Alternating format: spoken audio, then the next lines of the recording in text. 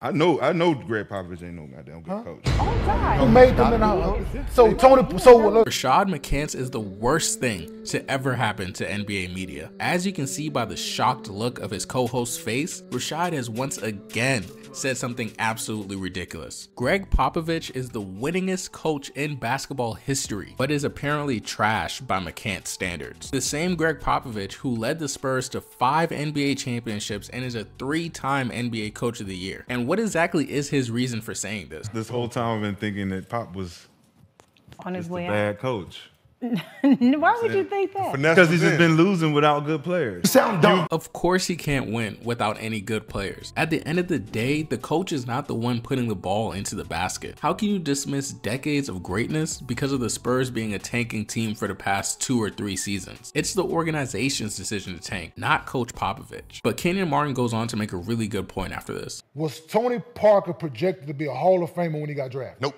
Is he a Hall of Famer right now? He's gonna be a Hall of Famer. Let's stop the bullshit. I'm boy. not stopping nothing. I'm asking a question. Yes. Tony Parker is a Hall of Famer. Absolutely, yes. Not a Hall of Famer right now. He's a Hall of Famer. He's not a Hall of Famer right now. Manu Ginobili. He's not. Will be a Hall of Famer. Was he projected was to be a not. Hall of Famer? No. He was Will, a second round He's a pick. second round. Yes. How many people are projected to be Hall of Famers? Tony Parker and Manu Ginobili are great examples of Coach Pop's effect on players within his system. Nobody in the NBA or any fan of the NBA could have predicted these two guys would be NBA champions multiple times and future first ballot Hall of Famers, especially considering those guys were drafted in 1999 and 2001 when European players were very stigmatized and hardly ever looked at. But the takes get even worse. There we go. Look. There is obviously 2 glaring issues with this top 5 point guard list. Really 3, but I don't want to start any fires, so I'll hold my Steve Nash opinion for another video. But it should be absolutely illegal to have a top 5 point guard list without either Magic or Steph on it. And well, since Steve Nash is on the list and he's low-hanging fruit, let me just use him as a comparison. Magic Johnson not only revolutionized the point guard position with his size, he won. 5 rings to Nash's 0, 3 MVPs to Steve Nash's highly debated back-to-back MVPs, 3 finals MVPs, and Magic also washes him in every statistical category, with Magic averaging 20 points, 7 rebounds, and 11 assists for his entire career, versus Steve Nash only averaging 14 points, 3 rebounds, and 8 assists. And I know Isaiah Thomas was great, and I know Jason Kidd was a dog. No one is picking them over Steph Curry or Magic Johnson, but McCants is, because he has a stellar eye for player evaluation. Just look what he has to say about Austin Reeves. To you, gentlemen, but Austin Reeves was out there cooking last night. I ain't apologized to shit. But you weren't here. Yeah, I know. You not ready yet? I was cussing y'all last out on the screen. You not ready? What? Stop it. Austin, what? 50 million? He can't get 4 for 50 in this NBA climate? Chandler Parsons. No, that's 425 in our era. Inflation. Chandler Parsons. 425. Is he worth 425? Inflation. He is? 425? Yeah. In y'all generation? Yeah, 425. So that's Nah, for your 50. he's still in. He's still in. 425, he's still in. At 4, so I 4 give for him 50. two for 7. You don't think anybody would give him 4 for 50? Because look, I know, but y'all giving it to him because one, he white, and one, he playing with the Lakers and they trash. So it's like, if the Lakers ain't trash, he ain't playing. What?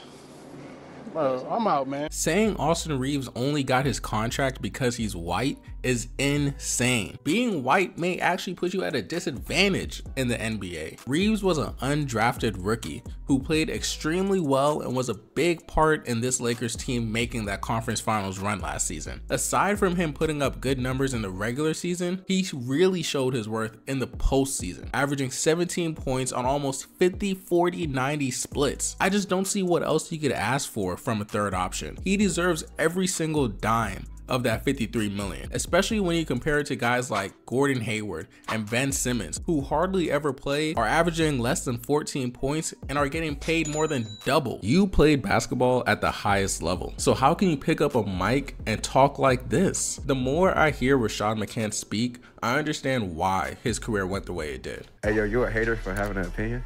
Absolutely. Especially when a nigga's saying For real? Wait, really?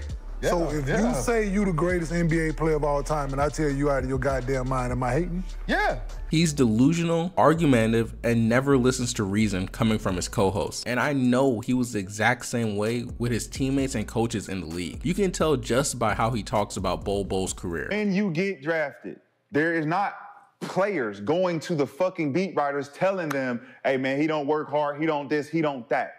That's coaches. And if you're a coach, why would you talk bad on a young player at any given moment? Because for any reason.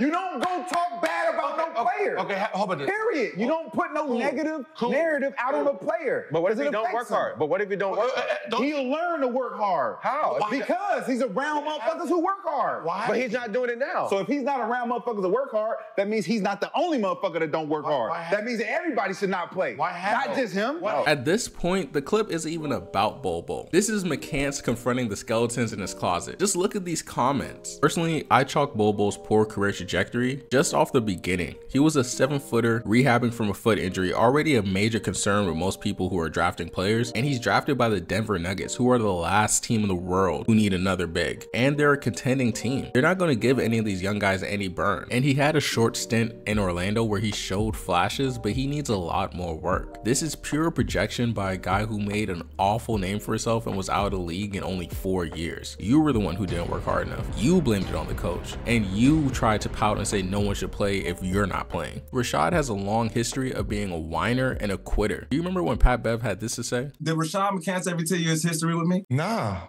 Very interesting. I made him quit. Wait, what? Yeah, we tried out for the Lakers early in my career, and it was just me and him in a workout. He quit it. What's even crazier than this story is mccants' excuse for why this happened. They already promised me the spot. Okay. They promised me the spot. So after the workout was done and I said I couldn't go no more, Mitch met me at half court and said, Shad, what does that mean? I don't need you. I didn't need you to work out. So what was the horrific injury that forced mccants' staff to stop his workout and not get the spot that he was guaranteed? I had a second-degree ankle sprain, my nigga. I'm done. You quit an NBA workout because of an ankle sprain? The Lakers made you work out even though you had a guaranteed spot? They made you work out with a guy from Europe? This guy should never be allowed to touch a mic again.